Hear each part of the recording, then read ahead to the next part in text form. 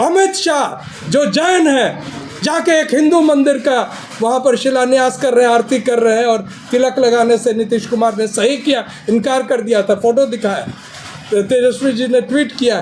तो कैसा है, भावना हाथ नहीं हुआ? यही सरकार जो हर जगह कहती है अस्पताल जाइए तो आपको आधार कार्ड दिखाना पड़ेगा, ट्रेन में चढ़िए तो आधार कार्ड दिखाना पड़ेगा, हवाई जहाज़ पे चढ़िए तो आपके आधार कार्ड देखे जाएंगे, होटल में चेक इन कीजिए तो आधार कार्ड देखे जाएंगे। लेकिन अभी चुनाव आयोग ने कहा कि आधार कार्ड डबल बन रहे हैं, फर्जी है। कौन है शासन में? गृह मंत्री क्या कर रहा है? डोनाल्ड ट्रंप का समस्तीपुर में बन गया है वोटर कार्ड। 33,000 से अधिक लोग सिर्फ फॉर्म 6 के मिसयूज से, यानी कि जो पहली बार वोटर बनते हैं वो फॉर्म 6 का प्रयोग करते हैं। उसमें कौन आ रहे हैं? 71 साल की महिला आ रही है जो 5 बार वो वोटर रह चुकी हैं, और इसके साथ और लोग भी ऐसे आ रहे हैं जो निश्चित तौर से पहले बार के वोटर नहीं है, लेकिन मोदी साहब के लिए वो लोग बन गए। पहले दिन जब राहुल गांधी ने प्रेस कॉन्फ्रेंस एड्रेस किया, किसी भी गोदी मीडिया के फ्रंट पेज पर वो नहीं थी, लेकिन पहले ही दिन 14 करोड़ लोगों ने इस चीज़ को व्यू किया सोशल मीडिया के माध्यम से, आपके माध्यम से, जिसके लिए हम आपके आभारी हैं। और कभी सेक्रेटरी थे गृह मंत्री को, वो आज मुख्य चुनाव आयुक्त हैं। तो ऐसे लोग निश्चित तौर से बिना पक्षपात पूर्ण किए हुए अपने दायित्व को, कर्तव्य को नहीं निभा सकते। ट्विटर पर वोट चोरी ट्रेंड कर रहा है, इलेक्शन कमीशन चोर है, ऐसी बात लोग कह रहे हैं।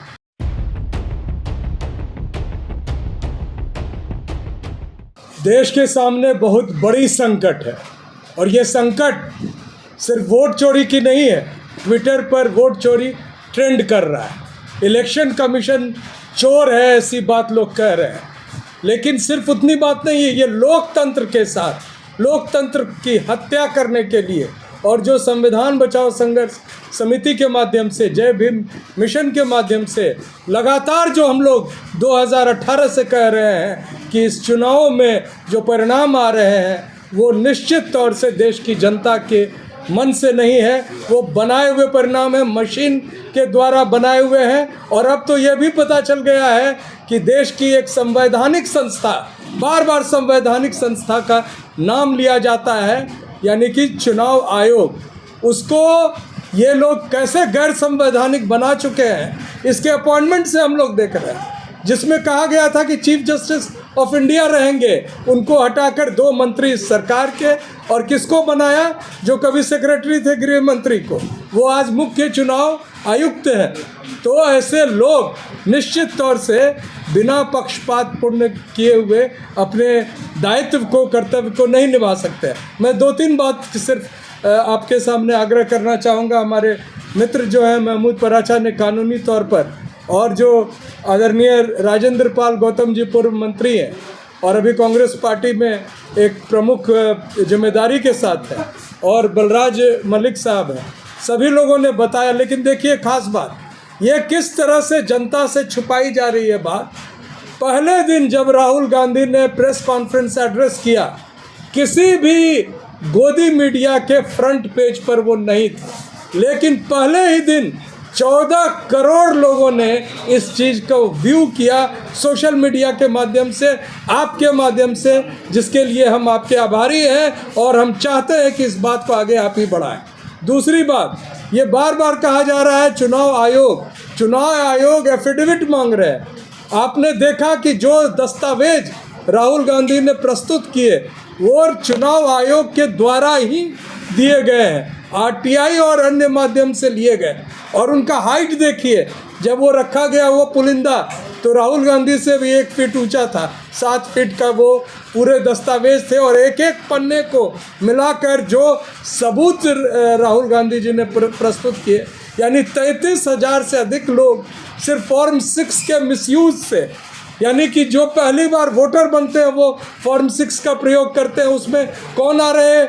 71 साल की महिला आ रही है जो 5 बार वो वोटर रह चुकी हैं, और इसके साथ और लोग भी ऐसे आ रहे हैं जो निश्चित तौर से पहले बार के वोटर नहीं है, लेकिन मोदी साहब के लिए वो लोग बन गए। इसी तरह से ऐसे लोग जिनके फ़ोटो नहीं दिख रहे हैं, ऐसे लोग जो एक घर में 80-80 लोग हैं, बार बार अभी गोदी मीडिया में ये प्रश्न उठ रहा है कि राहुल जी एफिडेविट क्यों नहीं देते हैं। एफिडेविट दिया गया, अभी हमारे मित्र महमूद पराचा ने दिखाया कि वो स्वयं एफिडेविट दिए हैं। उनके अलावे देश के एक बड़े नेता अखिलेश जी ने आज से 10 महीने पहले एक एफिडेविट देकर कहा कि 18,000 वोटर जो है ऐसे हैं जो कि जानबूझ के बनाए गए हैं और उनकी जांच की जाए।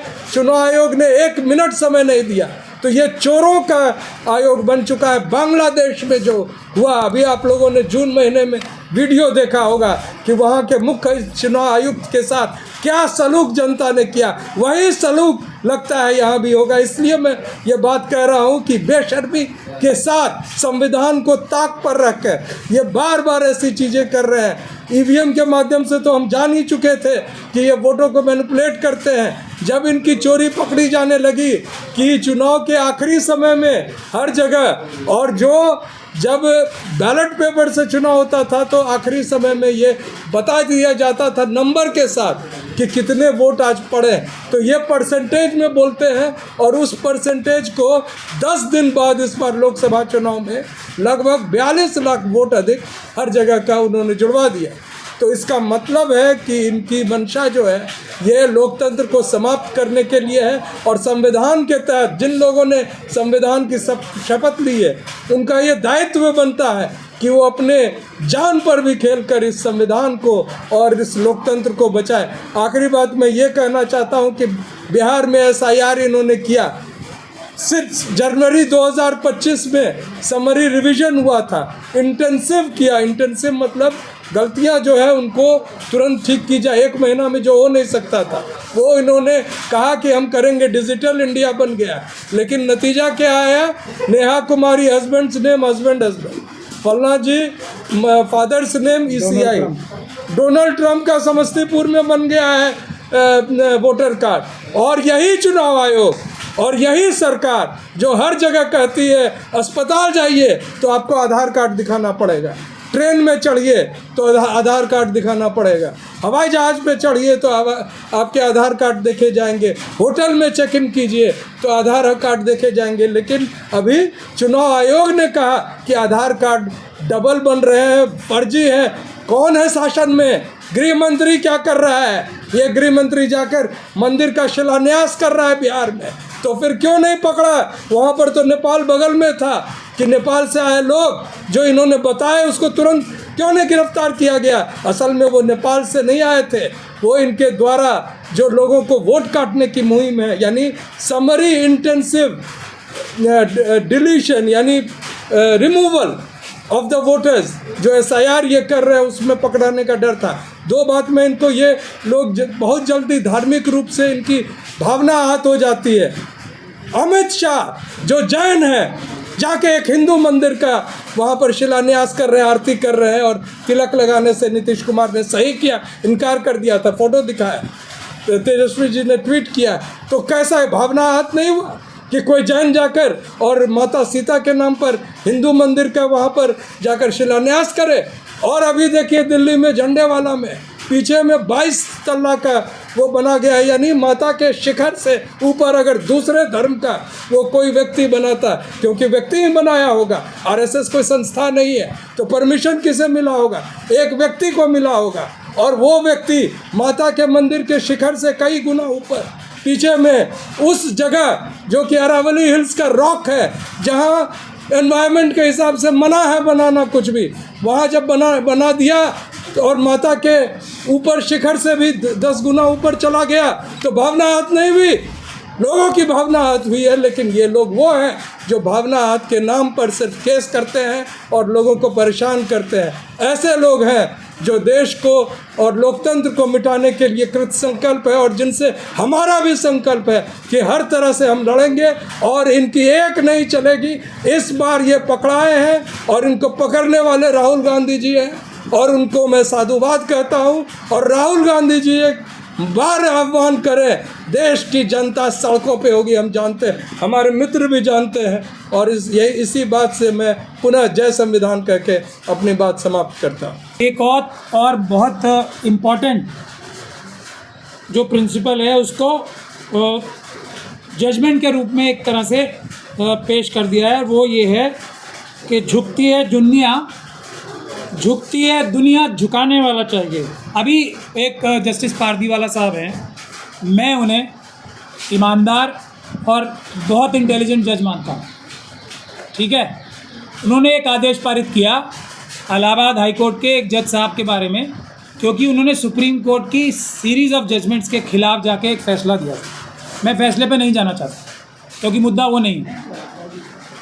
13 इलाहाबाद हाई कोर्ट के जजेस ने सिग्नेचर कैंपेन किया और उसके बाद हमारे जो चीफ जस्टिस ऑफ इंडिया साहब हैं, गवई साहब, उन्होंने एक चिट्ठी लिखी, पर्सनल चिट्ठी, एडमिनिस्ट्रेटिव साइड पे चिट्ठी जस्टिस पारदीवाला साहब को कि आप अपना ये आदेश जो है ये वापस ले लीजिए।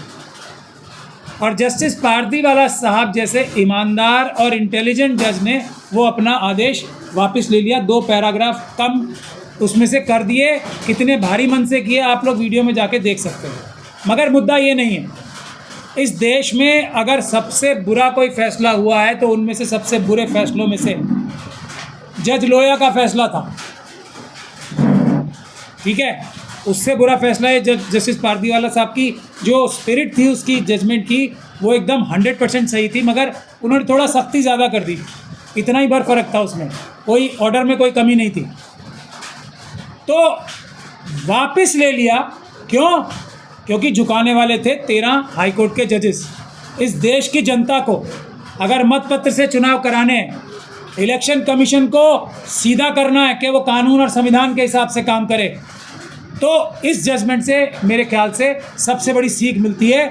आंदोलन करेंगे तो सुप्रीम कोर्ट अपनी ईवीएम की जजमेंट भी वापस लेंगे और माफ़ी के साथ लेगी सुप्रीम कोर्ट। ये कल की जजमेंट से तय हो गया। आंदोलन करें, यही सारे चुनाव आयोग जेलों में यही सुप्रीम कोर्ट भेजेगी, लेकिन बिना आंदोलन के नहीं हो सकता ये। और ऐसा कभी मिसाल नहीं मिली है कि सुप्रीम कोर्ट ने अपना आदेश जो है इस प्रकार से वापस ले लिया हो। तो हमें सबसे बड़ी सीख भी सुप्रीम कोर्ट ने इशारों में दे दी है। झुकती है दुनिया, झुकाने वाला चाहिए। देश की जनता आए सड़कों पे, देखो आप न्याय होता है नहीं होता है। देखो ये चुनाव आयुक्त बड़े बड़े जो भ्रष्ट अधिकारी हैं जेल जाते हैं नहीं जाते हैं। देखो आप पेपर बैलेट से चुनाव होता है नहीं होता है। देखो आप आरएसएस और बीजेपी के कार्यकर्ता जेलों में ठूसे जाते हैं या नहीं ठूसे जाते, क्योंकि वो वोटों की चोरी कर रहे हैं इलेक्शन कमीशन के भ्रष्ट अधिकारियों के साथ। शुक्रिया, आप सभी का शुक्रिया।